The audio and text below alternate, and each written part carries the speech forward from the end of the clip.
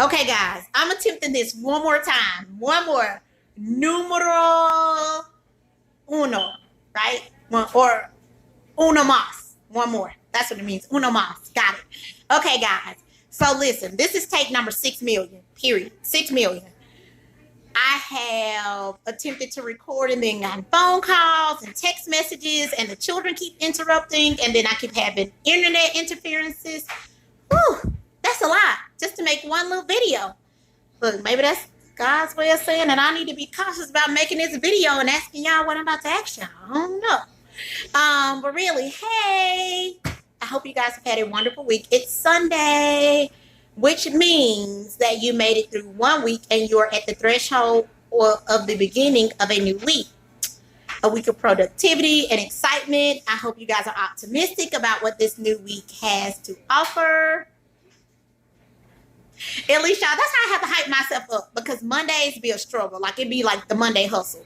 Because I don't care how much preparation I've done over the weekend for Monday, I'm never, ever ready. Like, ever ready. So Monday comes, it's a bet that I'm going to be 2 hours late for everything. I'm going to be all discombobulated throughout the day, barely making it, right? But that's just how it is on Mondays. So I hope you guys are better with Mondays than I am.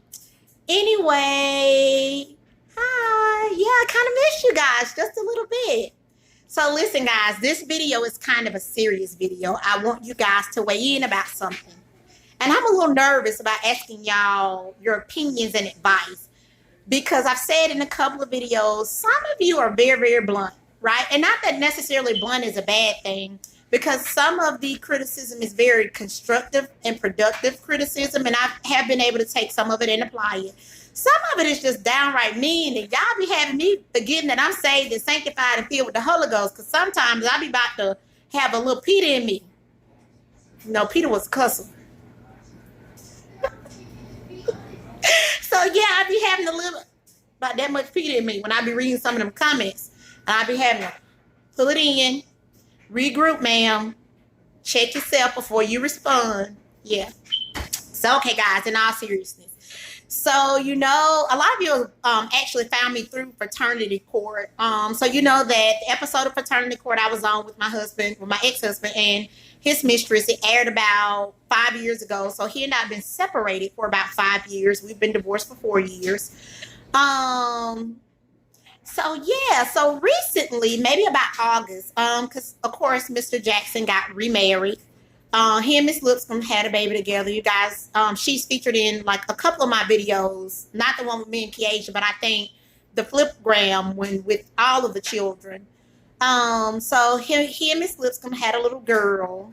AJ is 3 because Reagan is 4. And then he and his wife have a son together. He is 2. So, well, his soon-to-be ex-wife. So, guys, maybe around August time frame, Mr. Jackson hit me up and asked me to come and meet with him. So we met, we sat down, we had a couple of drinks, and he basically was telling me like where he is in life, you know, that his goal is to continue to strive for better and be a better person. Y'all, but I don't think that nothing would have prepared me for him just kind of the next thing that he said, and he was just like, I want my family back. So my response was, ¿por qué? Which is, huh? In Spanish. Like, run that by me again. And so he just is kind of like, you have grown a lot. I have grown a lot. And I understand that I've put you through a lot and I've done a lot.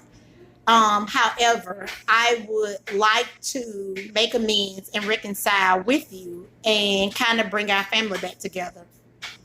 Okay, guys, a little bit of background. So when Mr. Jackson and I separated, at the time we had 3 children and I was pregnant with our 4th, which is Reagan. Honestly, it took a lot out of me. It took a lot out of me spiritually. It took a lot out of me mentally. It took a lot out of me emotionally, because in so many ways, that was my first everything. That was my first love, right? So, and so much of me was defined through him and my children. So when we actually well, even like to be on fraternity court, as I said before, there was so many things that I did not know prior to coming to fraternity court. Like as far as him and Miss Lipscomb living together, I didn't know that. He told me he was living in a hotel. As far as him even coming down and say, "Hey, I'm going to stand in the middle," so I didn't even know that they were still in an intimate relationship. Period, in any caliber or any aspect. So that was kind of like a blow for me. So a lot of the reactions that you got from me on the show was actually me learning a lot of things in real time. And that was me reacting out of hurt. That was me reacting out of anger. That was me reacting out of frustration. That was me reacting out of betrayal, right? So, and a lot of those same emotions I have had to deal with. I have had to deal with, because at some point, like that was my best friend. So I have had to deal with losing my best friend in more than one way. I have had to deal with kind of putting my babies back together. Because believe it or not, guys, it's easy as adults for us to say, hey, you know what? It did not work. I'm walking away. But the hard part is when there are children involved. And I think for me, it became surreal when my 13-year-old, at the time, Eddie was like, I think it was like 9 when everything started to go. She cried real tears for her dad. And I just watched my babies go through a lot. Like my 10-year-old Cassidy is a daddy's girl to her heart. And there would be plenty of nights where Cassidy would cry. Like, Mom, when is Dad coming home? I want my daddy. And y'all, it hurt. Sorry, y'all got to turn off the stove. I was attempting to cook. It hurt because divorce is never easy. It's not easy for the adults. It's not easy for the children. It's not an easy thing to go through. It's not an easy thing to explain, especially for me, because I was trying to make sense of everything that had gone on and everything that was still going on while still maintaining my composure for my children, while still putting my game face on. And like I said, because I had defined so much of me through him and my children, I still had to kind of redefine myself and find my identity, right? So it has definitely been a struggle. It has definitely been some days emotionally exhausting. And guys, there were some days where like, I didn't even know whether or not I was going to make it, because I mean, it takes an emotional and a mental toll on you to have to go through divorce, separating assets, especially with, again, when there are children involved. So a little bit of, kind of like where Mr. Jackson and I, where our relationship has been the last few years. Of course, we co-parent our children. We have biological children together, 4. And then we co-parent 2 of his children that are not my biological children, but they're mine through love, because I love them. And I'm involved in all of the children's lives to a certain extent, because I love them all. I believe that it takes a village, irregular to who the parents are, how the children came about. I believe it takes a loving, nurturing, kind, and supportive village in order to raise whole, healthy, happy, successful adults. I kind of had a blended family village growing up. Yes, my parents were married. However, my dad had outside children, and my mom was available for them as well. So for me, it just kind of, we've not necessarily always had that friendship, because like I said, it took a lot for me to just kind of grow and regroup and refocus and reconstruct the dynamics of my life, the dynamics of my family, and revamp kind of like to my children what a family structure is. And, kind of reaffirm to them that it's okay that dad isn't here. That doesn't mean he doesn't love you, right? Because there were times like when the divorce was going through the thick of things. Listen, y'all, it was like World War 4, 5, 6, and 7, like Armageddon. Like, listen, I'm about to come through and shut some stuff down, like Hurricane Katrina. For real, like, it was a lot. Like, there was a lot of hateful things that were said and done across the board. And a lot of it was done out of anger and hurt. There were days where I was like, listen, if I see that brother, I'm about to run him over with my car, and then put it in reverse and run over him again, then do a U-turn or spin around donut and make sure I can hit him a couple more times. Yeah, I can laugh at that now, but at some point, like, legit, that's how I felt. That was the anger. That was how much anger and animosity I had. So when he asked me, it was just kind of, well, when he said what he said, it was just kind of like, what? So part of me was like, okay, well, your marriage is going through what it's going through. So, you're just in your feelings right now. You need to go home and pray. You need to figure out what you need to. Yes, I told him to go home and pray because maybe the Lord needs to deal with him a little bit more to make sure that he clearly hearing from God and the Holy Spirit and Joseph and Mary and all the angels in their respective places. Let me quit playing. Y'all, let me quit playing because I'm being serious though. So, I just was like, maybe you need to pray about it because I'm not really sure. And I want you to be sure, that that's what your spirit is telling you. Because sometimes when we're in a hurt place, we say things very impulsively. Because one, it sounds good, but two, we seek out what's familiar and what's comfortable to us. Okay. So that was August. So September, which was my birthday month, whoop, whoop, Teen Libra. Yes, I'm a Libra. And you better not say nothing bad about no Libras. Because if they're as fabulous as me, then they are very great people. Most Libras are, though. Yes, that's biased. That's me being biased. Anyway, so September came around my birthday, and he's like, yo, Biggity, come through. And I was like, what? He's like, yeah, come through. So we met up, we sat down, we had some drinks, and he still was in the same place. I want my family back. He just basically said, I've grown so much, and you have grown, and I really would like us to explore where things go. So y'all, part of me, like I'm looking at him and I'm listening to the sincerity in his voice, right?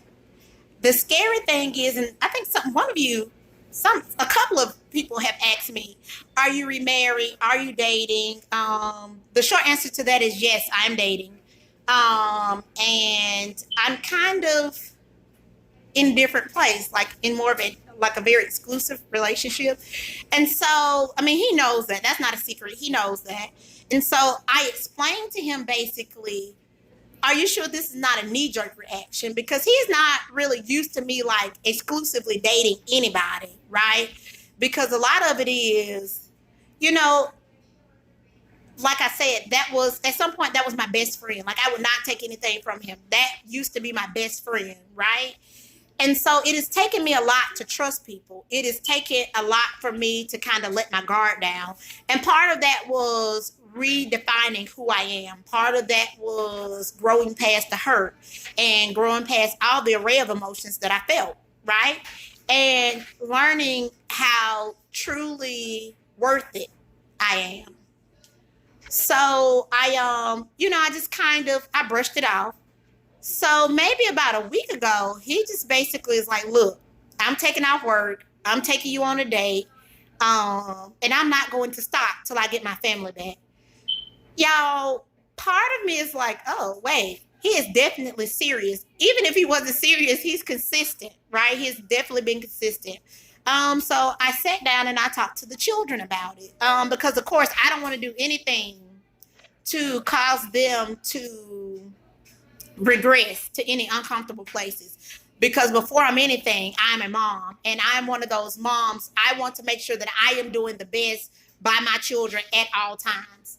So my 13-year-old who's India was just kind of like, girl, bye. No, sit him on the curve, leave him where he at. We don't go reverse, honey. We fall forward. She said it all those words, but she just was kind of like, I ain't down. I'm not joining this bandwagon. I'm just gonna keep it moving. I can't support you in that, sis. And Cassidy, who is our 10-year-old, Cassidy is the daddy's girl, as I say. So Cassidy's like, yes, mom, yes. Carson, who is the 8-year-old, just kind of like, I don't know.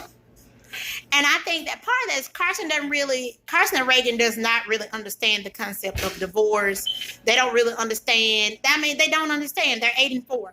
So when I spoke with Keisha about it, Keisha was on board. Like, yes. I think the biggest thing is, of course, I know to pray about it.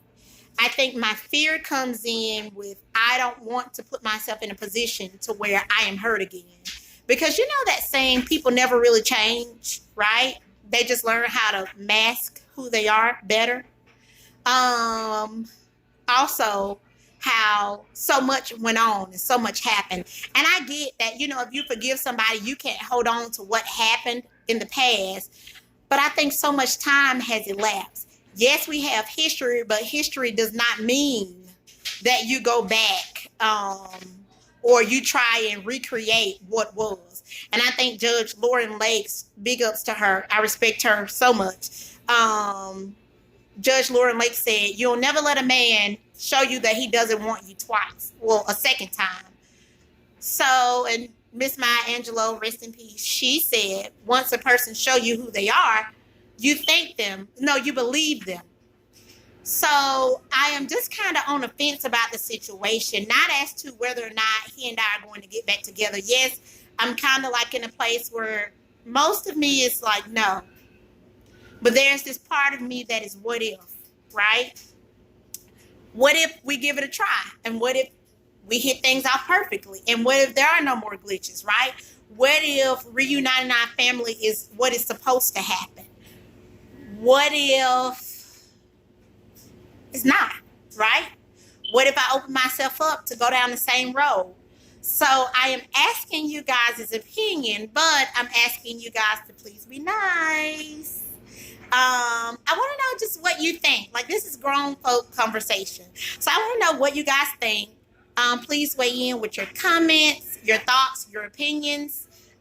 Those folks on here that are more spiritual, guys, send a couple of prayers up for me. And ask God to give me clarity and direction and discernment as to which way to go. Because definitely I've been praying about the situation, because the truth of the matter is, I would say, well, I do have a love and a regard for him. Not that I'm in love with him, but I have a love and a regard for him in a very fun way. Like, I would never want to see anything bad happen to him. I respect his position as being my children's father and my first love, essentially. I respect who he's grown to be. But I also respect and appreciate the woman that I've been able to regrow and readjust myself to be. And with my counterpart, I do love him. A lot of me loves him. And I am in love with him. I think that it's different, though, the dynamics, because he and I have dated for some time. And, you know, we are kind of in this unique place to where, okay, we're at a crossroads. So it's either we do or we don't. We are or we are not. Not Mr. Jackson and I, but, you know, my man. Yes, I would say my man. I can call him my man, not my boyfriend, my man. So we are at this place to where we are at a crossroads right now in our relationship. And the thing that I like about our relationship is because we have a very open dialogue. We can talk about anything.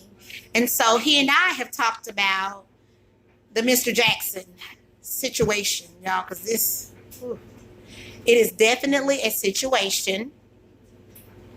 It is. So yeah, we've talked about the situation, and he's kind of giving me his thoughts and his opinions about things and where things are.